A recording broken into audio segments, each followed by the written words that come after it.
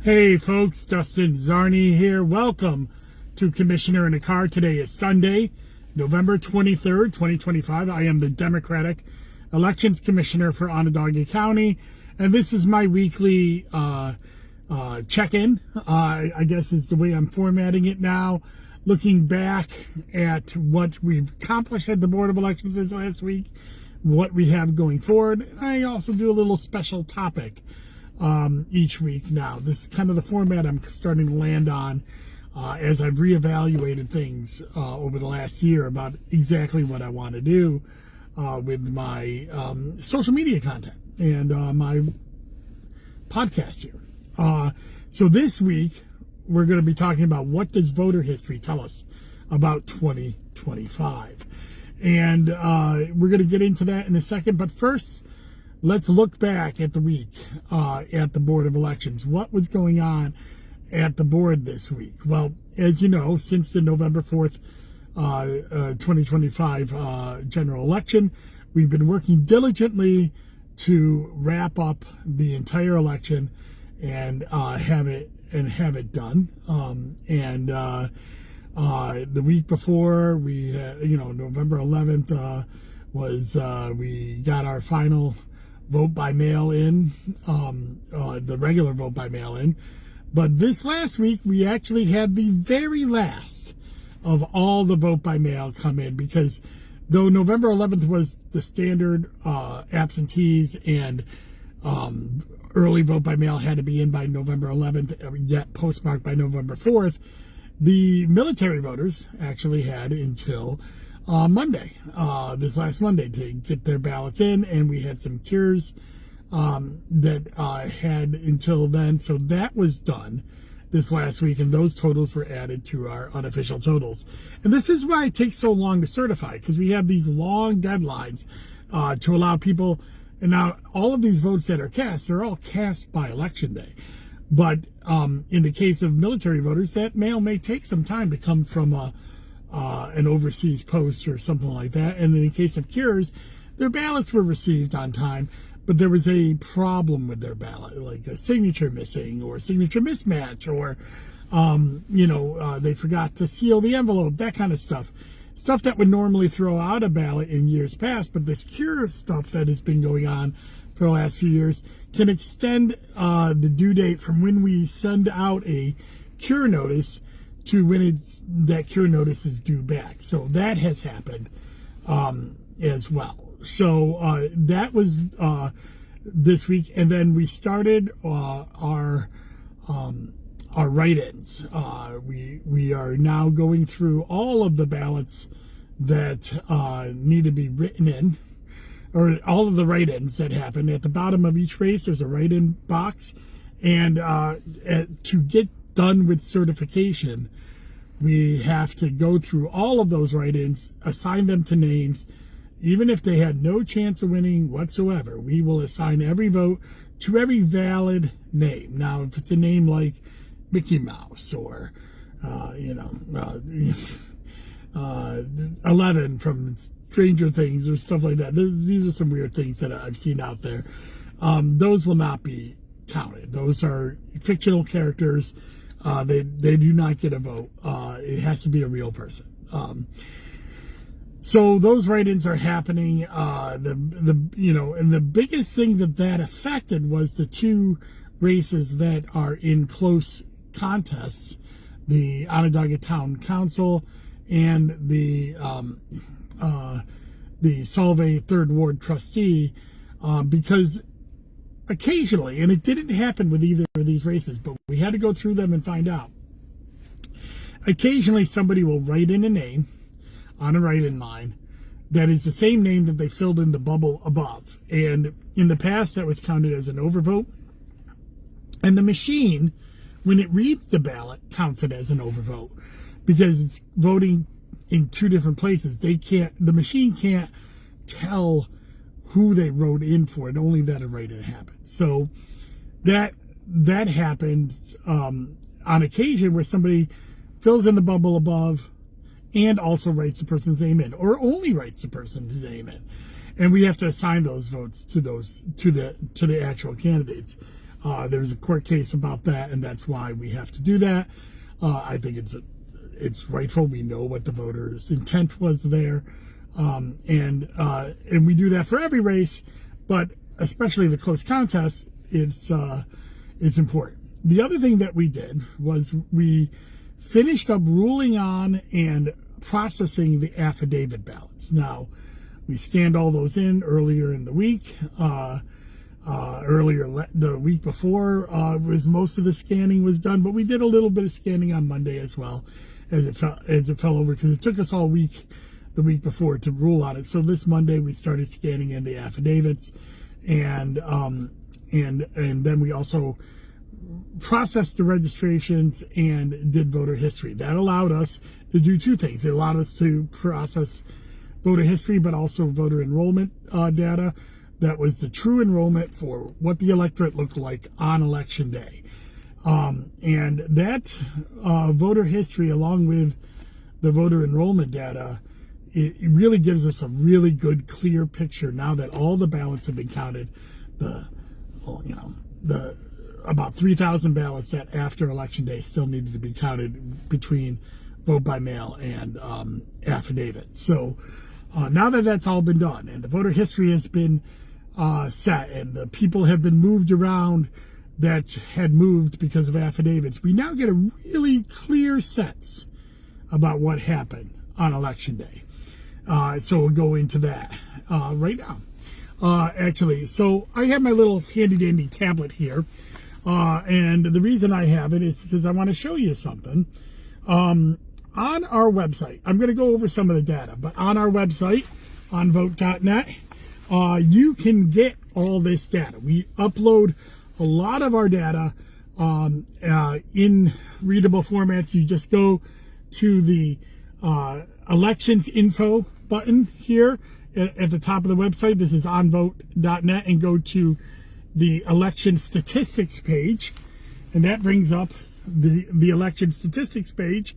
And here we have lots of different spreadsheets available here. So the election statistics have a lot of our different spreadsheets, mostly going back to 2009. We have data on these spreadsheets, but if you go to our voter enrollment page, the triannual enrollment updates, we actually have enrollment data, just voter enrollment data, going back to April of 2009. And why is that date that date? Well, the reason we have that date is that's the time that the Board of Elections in Onondaga County started converting to digital information, and that's the readily available information. Now we have information on microfiche stored in the back. I actually got voter enrollment data on our county statistics page for county enrollment going back to 1996. So because that is readily available on the Board of Elections, State Board of Elections page. So, some of the data goes back before 2009, but that's really kind of the 2009 data is what we have. I also have on that website election results going back to 1945. So that is on the website as well. Most of that is in PDF forms of stuff that was scanned in. We had a big project a couple of years ago where we took a lot of the old images that were captured for some reason when the Board of Elections was converting to digital instead of converting the old books into PDF documents. They converted them into JPEGs for each individual page. So that was quite a bit of printing and rescanning to get them in a readable format. But the data that I'm going to talk about today is on the thing that's called historical turnout data historical turnout comparison on this website at onvote.net under election information. And let's go into what the data is that we had. Oh, I thought I had this. Hold on. I thought I had it all ready to go. Apparently I did not. So I'm going to just pull it up right here. The historical turnout comparison that we have. This is really kind of going to give us a real good information about what happened in the 2025 election. So let's dig in, okay? And I did a Facebook post about this as well, but I'm going to give a little bit more context in this podcast. But basically, the turnout for Onondaga County was 29.77% for 2025. 93,421 voters turned out, and it at 29.77%. What's remarkable about this is it's not very remarkable at all. A lot of people were saying, oh, this is going to be a high turnout election because so many people are enthused. Well, not really. And we'll get into why that is in a second. But if we look back at the last two local elections, and those are the ones that you can't go too far back because you're not comparing apples to apples anymore. When you're looking at voter turnout and voter history, a lot of people say, oh, well, back in the day, we had higher voter turnout and this generation's lazy or whatever. That's just not statistically accurate. Because while we have lower voter turnout, we have a higher percentage of the population registered to vote than we did back in the 80s and 90s, especially before motor voter in 1996, but also some of the online voter registration that we've had in New York, as well as moving the timeline from 25 days to 10 days. That really started in earnest in New York in 2019. So when you're comparing stuff before 2019, it's really kind of you're not really comparing apples to apples anymore because it is so much easier to register to vote.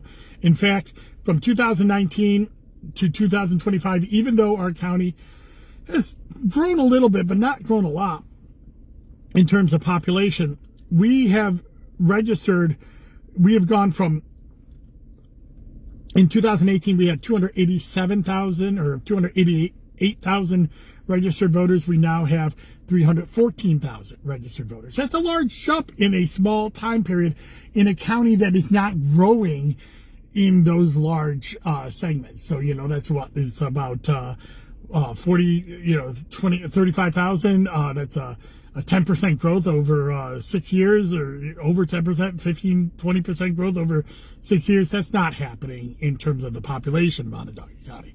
So what is happening? Well, we're registering a lot more people because it is easier to register people to vote. They now register at the DMV online. That was a big change in 2016. I believe that was the big change that allowed you to register online at the DMV as opposed to going into the DMV to register. So the My DMV online registration, big, it's our biggest, by the way, registration vehicle right now. But then we've also had online voter registration that's run by the New York State Board of Elections. I believe that came into place in 2022. And the 10-day registration deadline, that also came into place in 2023. I think it was in place in 23, passed before that moved the registration window from 25 days down to 10 days. So these three things really makes it easier to register to vote now. So if it's easier to register to vote, then it's also easier for non-typical voters to register to vote. And thus, sometimes they're not going to vote, especially in local years. But even in presidential years, they will register to vote because it's easier to register. It doesn't mean that they will actually vote. And so the turnout numbers, if you go back far enough, that's a long way to say you go back far enough, you're not comparing apples to apples anymore. So I'm going to compare, for the purpose of this podcast, 2021, 2023, and 2025. Those are the three last local years and the ones under this current makeup of rules, although in 21 it was still a 25-day window, but yeah, you get what I'm saying. So in 2025 we had 29.77% turnout with 93,421 voters. In 2023 we had 29.64% turnout, only 90,721 voters. Of course, we had less registered voters then. In presidential years you go up big time. It was 306,000 then. It went up to 320 in presidential, now down to 314. So then in 2021, we had 31.08% turnout and 94,306. So look at that. 94,306 voters in 2021, 93,421 voters in 2025. Statistically, the same number of voters turned out. About the same percentage turned out in all 3 years. So we're really kind of, seeing that 2025 wasn't this huge turnout. And if you look at the geographic samples, it's about the same. So in 2025, we had a mayoral election. So the city of Syracuse actually turned out at 27.38%. In 2023, we did not have a mayoral election. The city of Syracuse turned out at 22.93%. And in 2021, again, a mayoral election, 28.62%. So the city of Syracuse did fluctuate. So the city of Syracuse saw better turnout in the 2025 than 2023, but not much better turnout than 2021, which had a mayoral race, but it was not considered to be a close one. Neither was this one going into it. But this was considered by some to be more possibly close than it was in 2021, where we had a three-way race. And although we had a four-way race this time, it wasn't quite the same. Ben Walsh, obviously, the independent, won in 21. The two independent candidates in 2025, Alfonso Davis and Tim Rudd, just really had no chance of winning. And, it kind of turns out Tom Babylon, the Republican, didn't either. But that's a whole nother story. So now the suburbs turnout, that is kind of interesting. So the suburban turnout was 30.5% in 2025. In 2023, it was 31.69%. These are voters outside the city of Syracuse. And then in 2021, it was 31.83%. So you may say, it's a little bit of a percent drop. But that's not really true, because if you look at the number of voters, 73,228 suburban voters turned out in 2025, 74,283 in 2023, and 74,132. So again, statistically, pretty much the same there. So the same number of ratio of Syracuse versus suburban voters came out. The same number of percentage turnout really kind of happened. You saw more city turnout this year than last election in 23, but not so much in 21.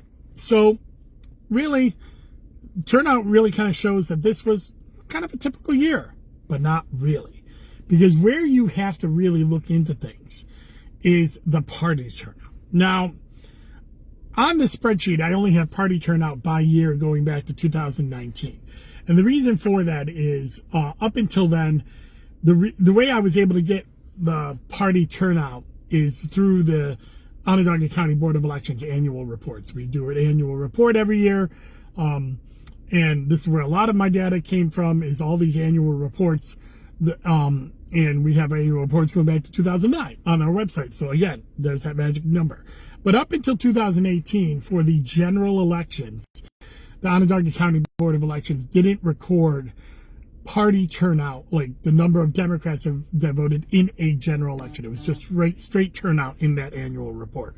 And while I can tell how many people voted for the Democratic candidate through the results, I can't tell how many Democrats showed up to vote, or at least I haven't been able to find that data before 2018. And in 2018, I revamped the way the annual report was done.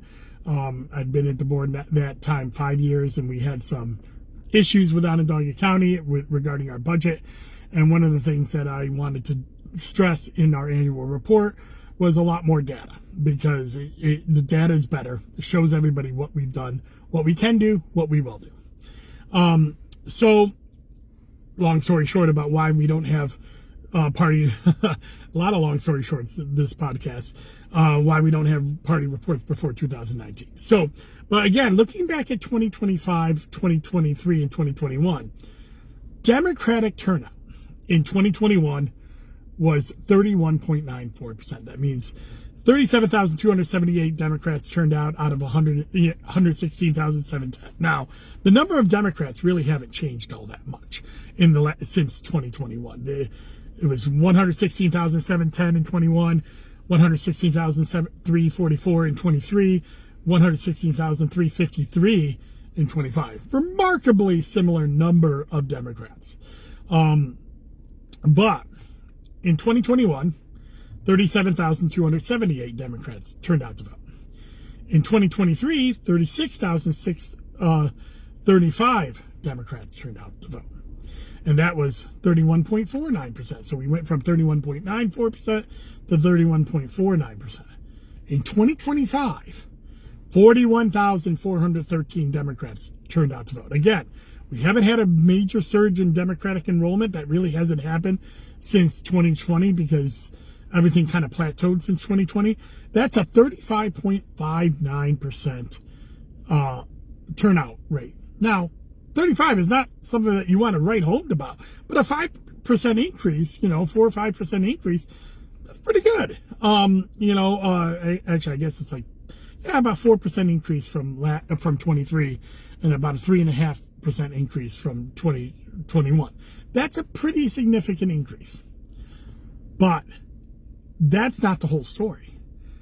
We also have to look at Republican turnout. Now, in 2021, we had about 82,843 Republicans. 2023, 82,351. 2025, 83,970. We actually have,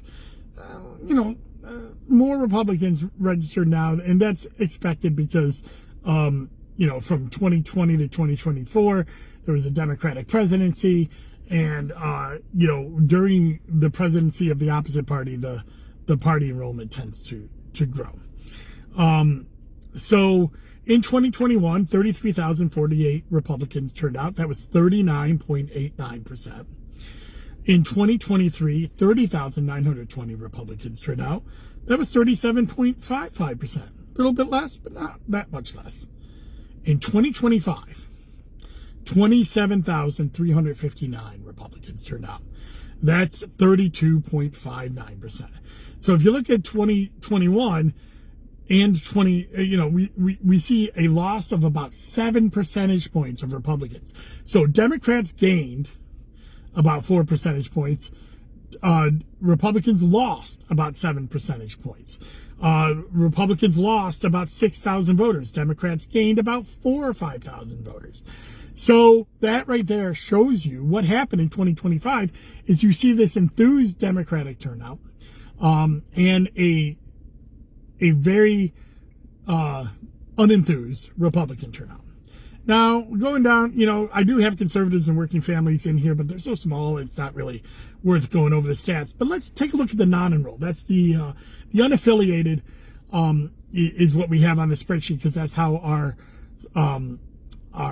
voter registration does the voter turnout. It's like everybody else but the 4 parties. So some of these other minor parties, the others that are in there that don't count as major parties, they're in the unaffiliated. And what we saw is that in 2021, we saw there was 82,777 unaffiliated, 18,358 voted. Now, what you're going to see is a massive increase in voter enrollment for the unaffiliated from 2021 at 82,777, 2023, 87,231, and then 106,687 here in 2025. So the voter enrollment, the non-enrolled numbers are growing by a lot, as opposed to what we saw with the Republicans and Democrats.